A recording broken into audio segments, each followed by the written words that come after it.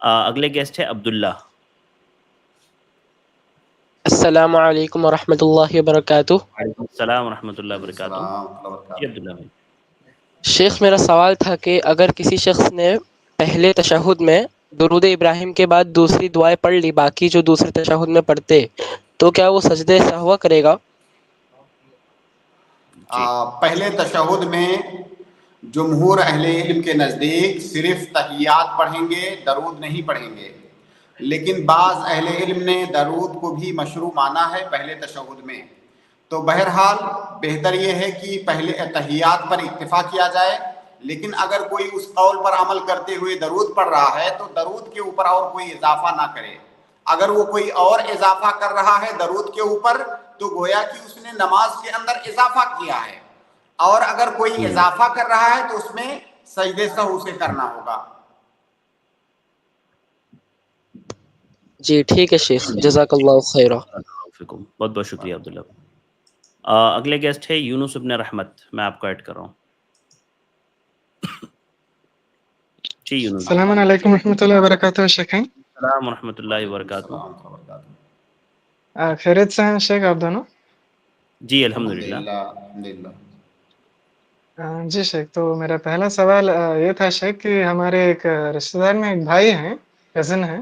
جی دور کے کزن ہیں آخر اصل میں. تو ان کی نکاح ہونے والی ہے. جی تو ان کو کچھ مہینے پہلا ایسا ہوا تھا شیخ کہ ان کو تھوڑا فٹس آئے تھے. فٹس آنے سے ان کا خطرہ ایسا تھا کہ ان کو تھوڑا سا اگر اور دیری کرتے تو ان کو برین کا تھوڑا ہیمریج بھی ہو سکتا تھا. لیکن الحمدللہ وہ اب کیور ہو گئے ہیں. تو ان ڈاکٹروں نے کہا کہ ایسا کبھی دوہرا مطلب نہیں پڑے گا پھر کبھی. تو اس بات کو جو ہے وہ چھپا سکتے ہیں یا پھر اس کو ظاہر کرنا ان پر فرض ہے لڑکی والوں کے سامنے؟ جزاک اللہ.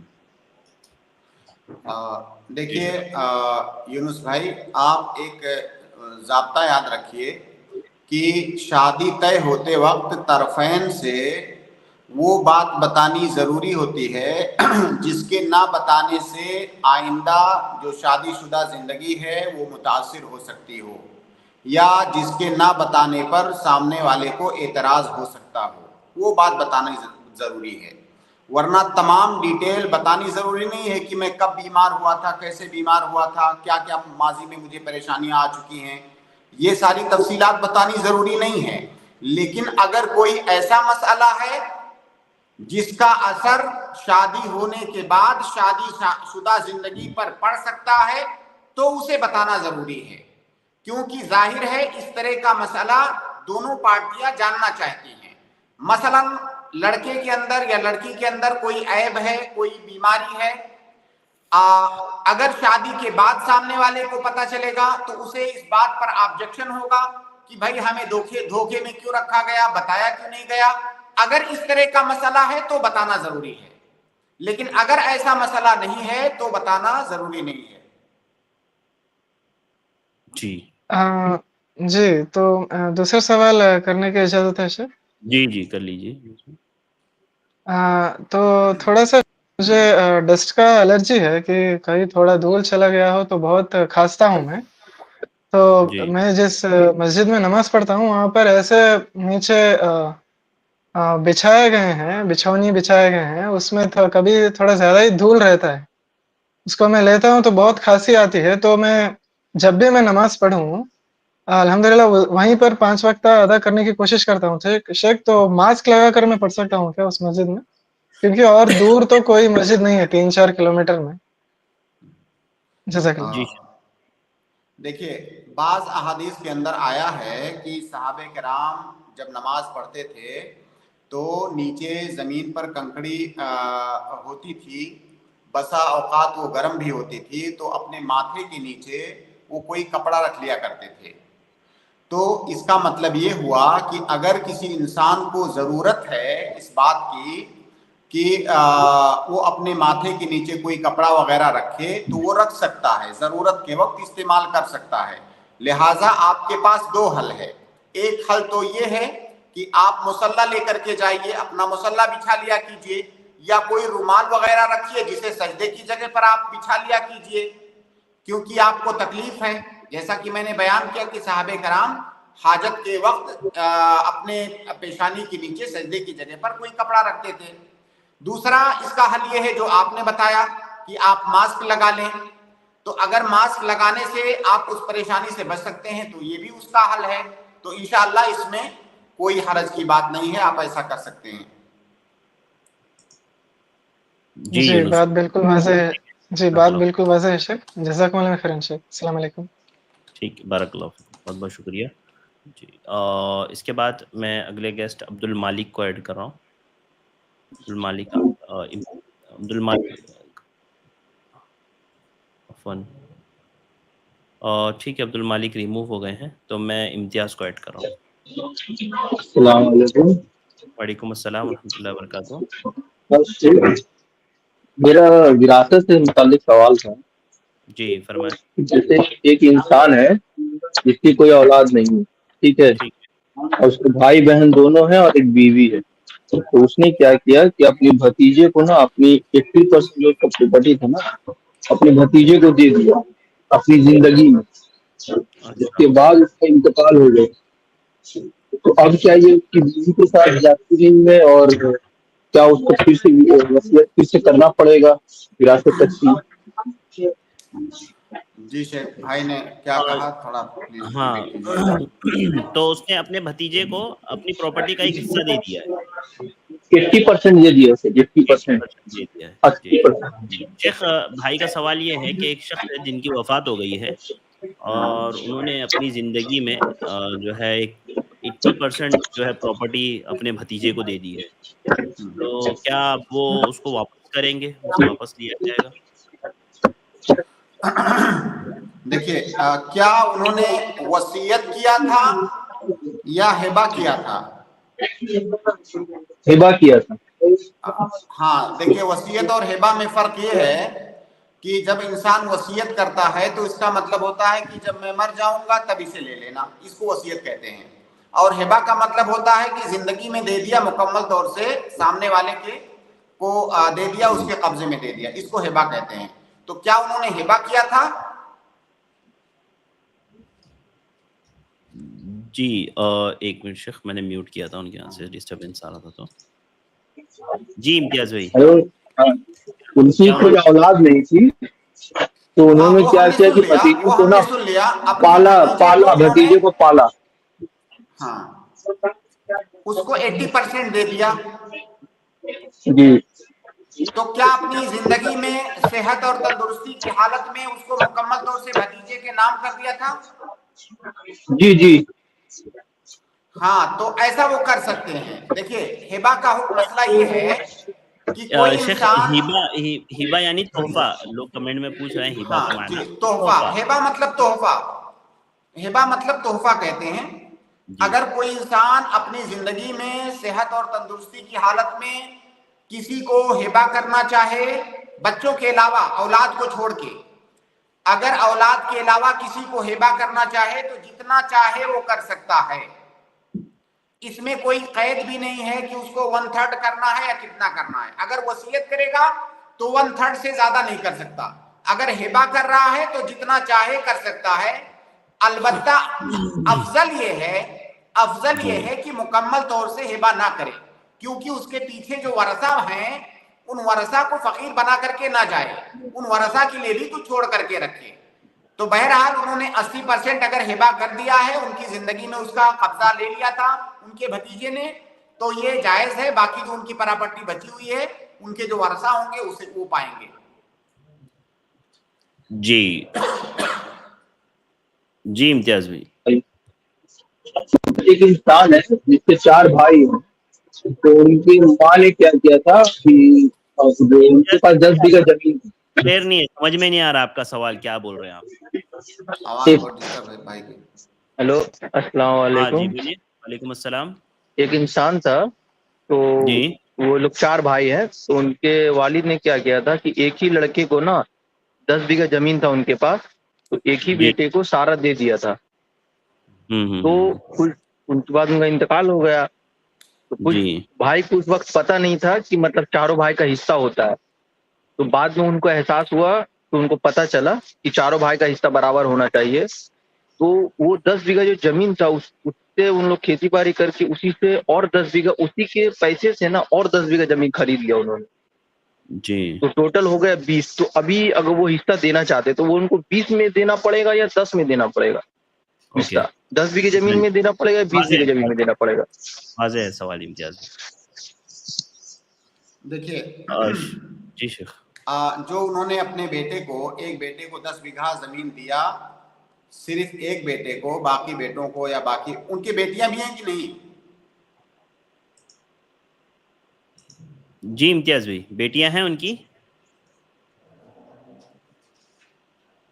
امتیاز بھائی ان کی بیٹیاں ہیں. آپ کو آواز آ رہی ہے؟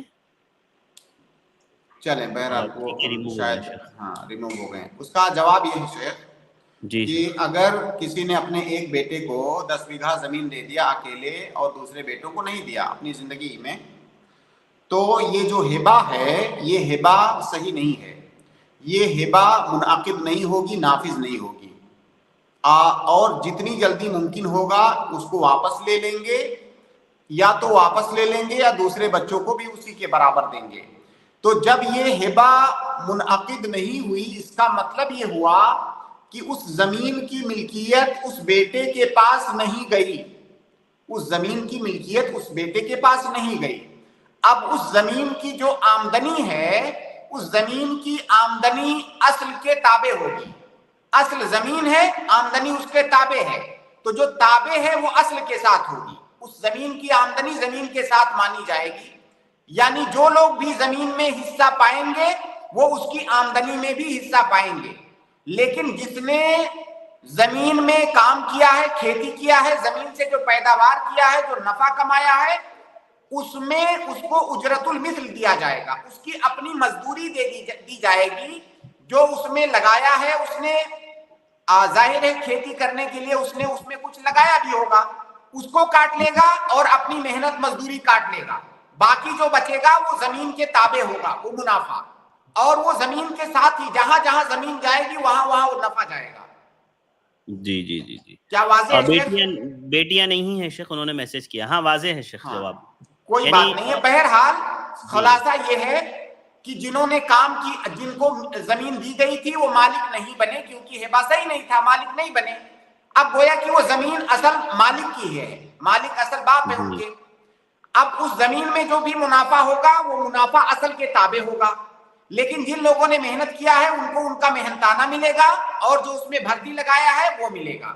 باقی جو بچے گا وہ زمین کے ساتھ ہی جائے گا. ٹھیک ہے. یعنی وہ پورا ملا کر کے بچے گا، جو اتنا پورا ملا کر کے وہ تقسیم کر دیا جائے گا جو وارثین بچے گا. ہاں، جو محنتانہ نکال کے اور جو انہوں نے لگایا ہے، جو انہوں نے لگایا ہے وہ نکال کر کے. ٹھیک ہے، جزاک اللہ خیر، بارک اللہ فیکم. اس کے بعد میں اگلے گیسٹ کو ایڈ کر رہا ہوں، سسٹر سمیہ. میں آپ لوگوں کو بتا دوں میرے بھائیوں اور بہنوں، اگر آپ ایڈ ہونا چاہتے ہیں تو لنک ہم نے یہاں پر پیسٹ کر دی ہے. اس لنک سے آپ ڈائریکٹ ہمارے ساتھ جوائن ہو سکتے ہیں اور شیخ محترم سے جو ہے سوالات کر سکتے ہیں. آپ کو اسٹوڈیو اگر فل دکھا رہا ہے نا تو آپ ایک کام کریں، ویٹ کریں آپ، اور جو ہے کوشش کرتے رہیں. جیسے کوئی یہاں سے ریموو ہوگا تو آپ انشاءاللہ ایڈ ہو جائیں گے. جی سسٹر سمیہ جلدی سے اپنا سوال پوچھیں. السلام علیکم ورحمۃ اللہ وبرکاتہ. وعلیکم السلام ورحمۃ اللہ وبرکاتہ. شیخ، اگر کسی کے اوپر اثرات کا اثر ہو تو رقیہ پڑھتے ہیں گھر میں، ہمیں پڑھ کے پانی پر دم کر کے اس کو بھی پھونکتے ہیں، پانی پر دم کر کے بھی دیتے ہیں. اور اگر موبائل میں بھی ڈال کر رقیہ اس کو سنائے تو اس کا اثر اس کو ہوگا کیا شیخ؟ کیا کہا؟ جیسے کسی کے اوپر اگر اثرات ہے شیخ تو اس کو پانی وغیرہ میں دم کر کے، ہاں پانی وغیرہ میں دم کر کے تو دیتے ہی ہے ساتھ ہی ساتھ. تو کیا اس کو موبائل سے رقیہ اگر سنائیں گے، رقیہ شرعیہ، تو اس کا کچھ اثر ہوگا؟ کچھ نہیں. اثرات سے مراد شاید بہن مراد جن وغیرہ کا اثر ہے، جن یا جادو یا جو ہے نظر بد وغیرہ. دیکھیے کئی سارے علماء نے جو اس فیلڈ کے ماہرین متخصصین علماء ہیں، معتبر علماء، انہوں نے یہ بات کہی ہے کہ اگر کسی نے رقیہ پڑھا ہوا ہے، ریکارڈ کیا ہوا ہے، تو اس کو سنانے کا بھی اثر ہوگا انشاءاللہ. ظاہر ہے ڈائریکٹ رقیہ کرنے کا زیادہ فائدہ ہوتا ہے یا خود اپنا رقیہ کرنے کا زیادہ فائدہ ہوتا ہے، لیکن اگر کوئی ریکارڈنگ بھی سنتا ہے تو انشاءاللہ اس سے بھی اسے فائدہ ہوگا انشاءاللہ۔ کئی سارے علماء نے، حالانکہ کچھ لوگوں نے اس کی مخالفت بھی کی ہے، لیکن کئی سارے معتبر علماء اس کو صحیح مانتے ہیں کہ انشاءاللہ اس کا، دیکھیے اس کی وجہ یہ ہے کہ جیسے قرآن صرف پڑھنے کی فضیلت نہیں ہے، قرآن پڑھنے کی بھی فضیلت ہے، قرآن سننے کی بھی فضیلت ہے۔ جگہ جگہ پر قرآن سننے کے لیے بھی کہا گیا ہے، تو قرآن کو سننے سے بھی اس کی جو برکت ہے، اس کا اثر ہے وہ آپ کو ملے گا، اس کا اجر ہے وہ آپ کو ملے گا۔ تو اس سے استدلال کرتے ہوئے علماء نے کہا ہے کہ اگر کوئی رقیہ سنتا ہے تو انشاءاللہ اس کا بھی فائدہ اسے ہوگا۔ ٹھیک، جزاک اللہ خیر شیخ، امید ہے سسٹر کو جواب مل گیا ہوگا، وہ یہاں سے آٹومیٹک جو ہے ریموو ہو گئے ہیں۔ سسٹر شاہدہ، میں دوبارہ آپ کو ایڈ کر رہا ہوں، میں نے پہلے بھی ایڈ کیا تھا، آپ کو دوبارہ ایڈ کر رہا ہوں، جلدی سے انمیوٹ کریں اور اپنا سوال پوچھیں۔ سسٹر شاہدہ جلدی انمیوٹ کریں۔ شاہدہ شاید آپ نہیں ہیں اویلیبل، ٹھیک ہے۔ اس کے بعد میں اگلے گیسٹ کو ایڈ کر رہا ہوں، انصاری۔ جی انصاری۔ السلام علیکم شیخ۔ وعلیکم السلام ورحمۃ اللہ وبرکاتہ۔ شیخ میرا سوال ہے کہ اللہ سے کیسے دعا کریں، کیسے مانگیں اللہ کو؟ جی شیخ، اللہ سے کیسے دعا کریں، کیسے مانگیں اللہ سے، پوچھیں بھائی۔ بہت سارے طریقے ہیں، وَلِلَّهِ الْأَسْمَاءُ الْحُسْنَى فَادْعُوهُ بِهَا۔ اللہ تعالیٰ کے اسماء حسنہ ہیں، ان اسماء حسنہ کا ذکر کر کے، ان کا واسطہ دے کر کے اللہ تعالیٰ سے مانگیں۔ وَإِذَا سَأَلَكَ عِبَادِي عَنِّي فَإِنِّي قَرِيبٌ أُجِيبُ دَعْوَةَ الدَّاعِ۔ دیکھیے اللہ رب العالمین اپنے بندوں کو بتا رہا ہے نبی صلی اللہ علیہ وسلم کے واسطے سے کہ بندے ہمارے بارے میں اگر پوچھیں کہ ہم اللہ سے کیسے مانگیں تو آپ انہیں بتا دیجئے کہ اللہ قریب ہے، اللہ سے مانگو، اللہ کو پکارو، اللہ تعالیٰ سنے گا تمہاری دعاؤں کو۔ اب دعا کے کچھ آداب ہیں جو بتائے ہیں ہمیں اللہ کے نبی صلی اللہ علیہ وسلم نے۔ دعا کے آداب میں سے ایک ادب یہ ہے، آپ باوضو ہو جائیں، اس کے بعد قبلہ رخ ہو جائیں، ہاتھوں کو اٹھا لیں، پہلے اللہ رب العالمین کی حمد و ثنا بیان کریں، اللہ تعالیٰ کا شکر ادا کریں، اللہ کے نبی صلی اللہ علیہ وسلم پر درود و سلام بھیجیں، اس کے بعد اپنے گناہوں سے استغفار کریں، توبہ کریں۔ یہ سارے کام کرنے کے بعد پھر آپ کی جو حاجت ہے وہ حاجت اللہ رب العالمین کے سامنے بیان کریں۔ اگر معصور دعاؤں کے ساتھ، یعنی اللہ کے نبی صلی اللہ علیہ وسلم سے جو الفاظ ثابت ہیں ان الفاظ کے ساتھ کرتے ہیں تو اور بہتر ہے۔ وہ آپ کو نہیں یاد ہیں، آپ اپنی زبان میں آپ کی جو بھی حاجت ہے اللہ رب العالمین سے مانگیں، عاجزی کے ساتھ، انکساری کے ساتھ، خشوع خضوع کے ساتھ، یقین اور توکل کے ساتھ، اس یقین کے ساتھ کہ اللہ رب العالمین نے وعدہ کیا ہے، اللہ تعالیٰ قبول کرنے والا ہے۔ اللہ کے نبی صلی اللہ علیہ وسلم کی ایک حدیث ہے کہ ان اللہ لا يقبل عن قلب اللہ، اللہ تعالیٰ اس دعا کو قبول نہیں کرتا ہے جو غفلت کے ساتھ کیا جائے، دل آپ کا غافل ہے، آپ دعا کر رہے ہیں تو باقاعدہ حضور قلب کے ساتھ، خشوع خضوع کے ساتھ اور یقین اور توکل کے ساتھ آپ مانگیں۔ تو یہ طریقہ ہے مانگنے کا اللہ رب العالمین سے، اور کوشش کریں کہ ان اوقات میں زیادہ مانگیں جو اوقات فاضلہ ہیں، جن میں خاص طور سے کہا گیا ہے کہ دعائیں زیادہ قبول ہوتی ہیں، جیسے کہ رات کا جو آخری تہائی حصہ ہے اس میں، اسی طرح سے اذان کے وقت، اذان کے اور اقامت کے دوران، جمعہ کے دن وقت اجابت ہے اس میں، اور بھی جو اوقات ہیں دعا کے قبولیت کے، آدمی کوشش کرے کہ زیادہ سے زیادہ اس میں مانگے۔ تو صرف آپ کو مانگنا ہے، آپ جہاں بھی ہیں اللہ رب العالمین کے سامنے ہاتھ اٹھائیے، یقین کے ساتھ اپنی حاجت بیان کیجیے، اور اس انداز میں کہ اللہ رب العالمین کے سوا کوئی آپ کی مدد کرنے والا نہیں ہے۔ جب بندہ اپنے آپ کو مکمل اللہ کے حوالے کر دیتا ہے کہ اللہ تعالیٰ اب میرا کوئی سہارا نہیں ہے، سارے دنیا کے سارے سہارے ٹوٹ چکے ہیں، تو ہی میرا سہارا ہے، تو ہی میری حاجت پوری کر سکتا ہے، یہ جذبہ ہونا چاہیے۔ تو ان جذبات کے ساتھ آپ اللہ تعالیٰ سے مانگیں گے تو انشاءاللہ اللہ تعالیٰ ضرور سنے گا۔ جی جزاک اللہ خیر شیخ، بارک اللہ فیکم۔ RN میں آپ کو ایڈ کر رہا ہوں، آپ اپنا سوال کریں۔ السلام علیکم ورحمۃ اللہ وبرکاتہ. السلام ورحمۃ اللہ جی وبرکاتہ. میرا سوال یہ ہے کہ میرے گھر میں جو ملازمہ کام کرتی ہے اس جی کی جو سیلری ہوتی ہے وہ میں دے دیتی ہوں ہر مہینے، لیکن الگ سے جو جیسے روز صدقات ہم جو بھی ہمارے مطلب حیثیت اس کے مطابق نکالتے ہیں، تو وہ جیسے جمع ہو کے ہفتے 10 دن میں کیا وہ پیسہ میں اس کو صدقہ کی نیت سے دے سکتی ہوں؟ یہ پوچھنا تھا مجھے. اچھا، تو بہن وہ کیا نکالتی ہیں آپ؟ وہ تھوڑا سا میں سن نہیں سکا. صدقہ جو روز ہم لوگ جو بھی اپنی حیثیت کے مطابق پیسہ نکالتے ہیں صدقہ کی نیت سے، جی جی ہاں تو دیکھیے وہ پیسہ ہاں جی آپ بالکل دے سکتے ہیں. آپ کی جو ملازمہ ہے، خادمہ ہے گھر میں، آپ اس کو بالکل دے سکتے ہیں. بس ایک بات کا دھیان رکھیں دیتے وقت، جو کہ کئی دفعہ یہ غلطی ہو جاتی ہے، کہ جب آپ اس ملازمہ کو دیں تو اس صدقے کے بدلے میں آپ اس سے کچھ نہ چاہیں. جی ایسا اس کو محسوس نہ ہونے پائے کہ انہوں نے مجھے دیا ہے تو میں جو ہے یہ مجھ سے چاہتی ہیں کہ میں ان کا کوئی اضافی کام کر دوں. جیسے جب ملازمہ جو ہوتی ہے طے ہوتا ہے کیا کام کرے گی، صفائی گھر کی کرے گی، برتن صاف کرے گی یا کپڑے دھلے گی. اگر یہ ساری چیزیں طے ہوتی ہیں اور آپ اس کو دیتی ہیں اس انداز میں کہ اس کو لگے کہ یہ مجھے دے رہی ہیں تو مجھے اضافی کام کرنا ہے، یہ نہیں ہونا چاہیے. بلکہ زیادہ سے زیادہ احتیاط کریں کہ اس سے آپ کوئی اضافی کام نہ لیں، اور اس کی جو کرامت ہے، کرامت نفس، عزت نفس، اس کو مجروح کیے بغیر اس کو دیں. اس طرح سے دیں کہ وہ للہ فی اللہ دے رہے ہیں، اس لیے نہیں کہ مجھے تم سے کچھ اضافی کام لینا ہے. تو بالکل دینا جائز ہے. ایسے لوگ، ایسے غریب مسکین، ایسے ضرورت مند جو آپ سے قریب رہتے ہیں، وہ تو اور زیادہ مستحق ہیں آپ کے صدقے کے.